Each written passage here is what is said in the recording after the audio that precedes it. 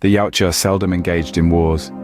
This path took the predators down a very dark path. War for them is a bloodbath, a massacre. The impending king, before his official coronation, established crucial rules allowing only the elites, elders, and himself, if he chose, the honor of entering battle. Meanwhile, the hunter class remained behind to safeguard Yautja Prime during times of war. In their society, war isn't about honor. It's about unleashing the primordial beast within and annihilating the enemy. No holds barred, and a possible extinction level event for their enemy. The king's decision to embark on this path, leading his first official war, traced back to a bygone era. A group of defectors had once left the planet, seeking to establish their own predator society. To uncover the motivations behind the king's choice, we delve into the history of these separatists and their attempt to forge a new chapter in the history of predator culture. The seeds of discontent were sown among the smaller Yautja who, despite the fair-minded stance of the king and most elders, endured mistreatment and condescension from their larger counterparts.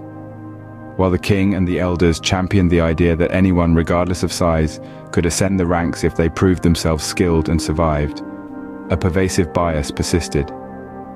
This bias took its toll on the hunter class, who bore the brunt of the mistreatment. The discrimination reached a point where smaller Yautja established their separate sections in the cities, a response to the prejudice they faced. Although only a handful of smaller Yautja achieved the status of elites and elders, those who did were accorded the respect they deserved and were never bothered. As these smaller Yautja settlements flourished, discussions of leaving the planet gained momentum and evolved into a collective desire among them. The prospect of a new beginning beckoned, promising a society where all Yautja, regardless of size, could thrive without the shackles of constant hazing. As the momentum for leaving the planet gained strength, a significant faction of Yautja, numbering around 100, seized the opportunity to embark on a new journey. Departing in the dead of night with their own ships, they set out to find a secluded backwater planet where they could establish new settlements. Unfortunately, fate took an unfavorable turn as they inadvertently chose a planet already claimed by the Amengi. The Amengi, a relentless race of advanced insectoid aliens driven by the depletion of their homeworld's resources, embarked on a ruthless campaign of planet conquest. Their motives involved invading other worlds, stripping them of resources, and enslaving their inhabitants. In an unforeseen turn of events, an immediate and overwhelming ambush descended upon the predators who had chosen the backwater planet for their new settlements.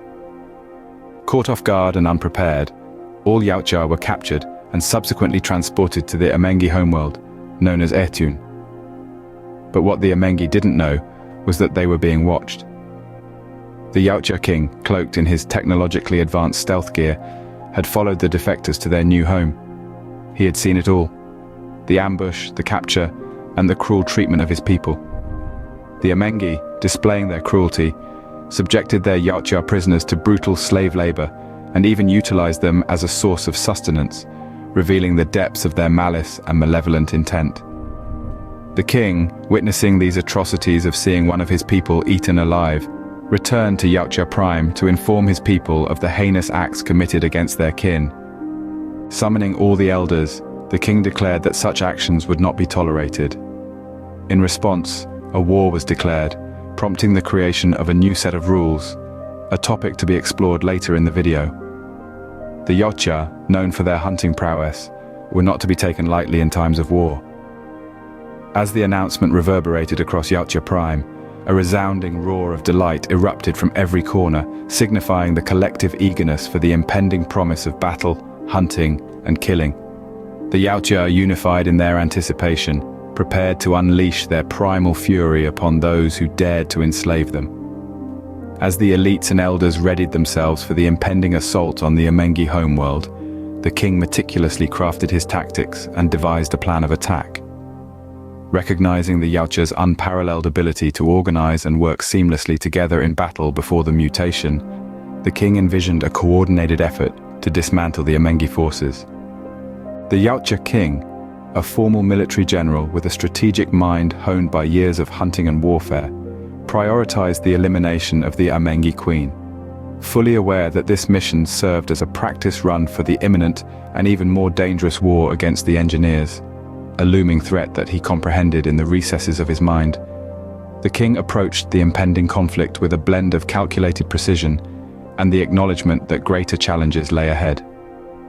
The predator armada stealthily approached Yautja under the cloak of night. The king's audacious plan involved a gruesome and theatrical display of dominance. The primary objective, to eliminate the Amengi queen in a manner that struck fear and anger into the hearts of all the insectoid aliens and funnel them straight to the queen's location. The queen, now restrained with all 6 limbs extended, became the centerpiece of a sadistic exhibition. The king projected her image into the sky, a horrifying spectacle for all Amengi to witness. The night air reverberated with her agonized screams as the king systematically severed each limb, displaying his unrivaled strength. As this brutal showcase unfolded, the elders positioned themselves strategically at high vantage points, poised to unleash plasma fire in a coordinated assault. Meanwhile, the elites lurked in the shadows, concealed in the brush, ready to emerge as the second wave of the attack. The king's plan aimed not only at defeating the Amengi, but also to send a message through a display of brutality that would echo across star systems. The Amengi, driven by a bloodlust ignited by the brutal display of the queen's suffering, charged toward her position in a frenzied, coordinated assault. Thousands of them moved like a ruthless kill squad, converging in a straight line to the spectacle of horror. The elders, stationed strategically on the left and right sides, raining down firepower of their plasma cannons, turning the charging Amengi into a chaotic scene of dismemberment. Body parts were sent flying everywhere in a gruesome massacre that unfolded under the night sky. As some of the Amengi diverted to stop the elders in high positions, the elites emerged from the shadows, swiftly cutting down any Amengi that dared to venture further. With the queen's limbs severed, the king delivered the final blow, decapitating her with a single stroke. He then wore her face as a mask, a grisly trophy. He then sat down amid the aftermath. The king patiently awaited any Amengi attempting to breach the onslaught of predators. Some managed to slip through, but the king dispatched them with ease, ripping limbs off through sheer brute force. The night echoed with the roars of victory and the gruesome aftermath of the Yautja's triumphant assault on Yautja. As the intensity of the assault subsided, the remaining Amengi fled into the woods, seeking refuge. This prospect excited the Yautja, particularly the elites, who relished the prospect of an extended hunt. The king's successful campaign against the Amengi brought about a profound shift in rules and practices within the predator society. In the aftermath, the king declared a strict code.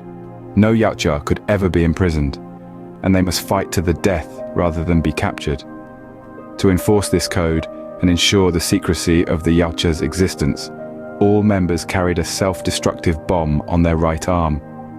This measure aimed to prevent any evidence of their presence and safeguard Yautja Prime from discovery. In a move to preserve the honor of the predator race, the king ordered the execution of the remaining captured Yautja right then and there. Viewing captivity as a dishonor, the king sought to maintain the integrity of the Yautja legacy, reinforcing the unwavering commitment to their code of honor and the unyielding pursuit of victory in battle.